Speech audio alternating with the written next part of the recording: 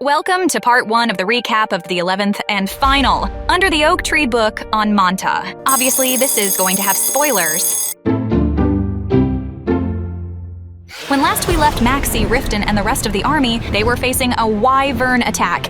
Thankfully, Quahel and the Temple Knights arrived to join in the fight, but things go from bad to worse when Dullahan's giant headless horsemen join in. Realizing that they are facing insurmountable odds, Maxie and Quahel come up with a plan. If they can find the necromancer in charge of all this evil magic and kill him, the army will have a chance. The two of them sneak into Vesmore Castle, but in their search for the necromancer, they encounter a horde of lizard men. Maxie and Quahel fight bravely until the necromancer pulls a dirty move. He uses a decaying spell that immediately disintegrates everything it touches. The two manage to escape by jumping off the roof, but that gives the necromancer time to get away. By evading the swarm of monsters and opening the gates, Maxie and Quahel let the army inside, so the good guys can retake the city. Of course, when Rifta rides in and sees Maxie, he immediately focuses on the most important thing. Why is Maxie there with Quahel? Fighting a horde of monsters isn't exactly the best time for a jealous spat, but Maxie is saved from dealing with this when Ulyssion and Garrow ride up with reinforcements from Balto, allowing the army to finally take back the city. They've won, which means it's the perfect time for Rifta and Maxie to get in fight about his jealousy over Quahel. Maxie was literally trying to save everyone by teaming up with the Temple Knight, so can Rifta just chill out? But there's a bigger chill to worry about as a freezing wind blows out of the sky,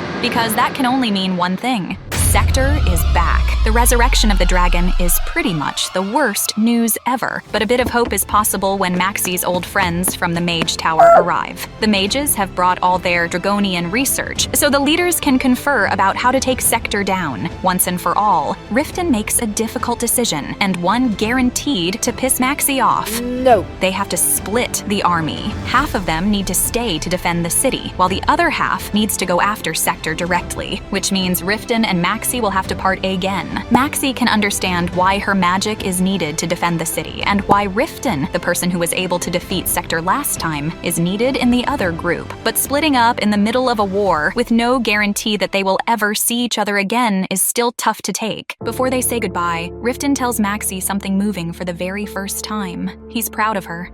Maxie is unbelievably touched by his words, and it's a beautiful final moment for the couple before they have to say goodbye. With Rifta gone, Maxie and the other mages focus on making magical devices to protect Vesmore, and they need all the protection they can get, because in no time, the city is being approached by a tidal wave of snow. Wait, that's not snow. That's a horde of giant skeletons, and a massive army of the undead as far as the eye can see. And they have the city under siege. How on earth is Maxie going to survive this time?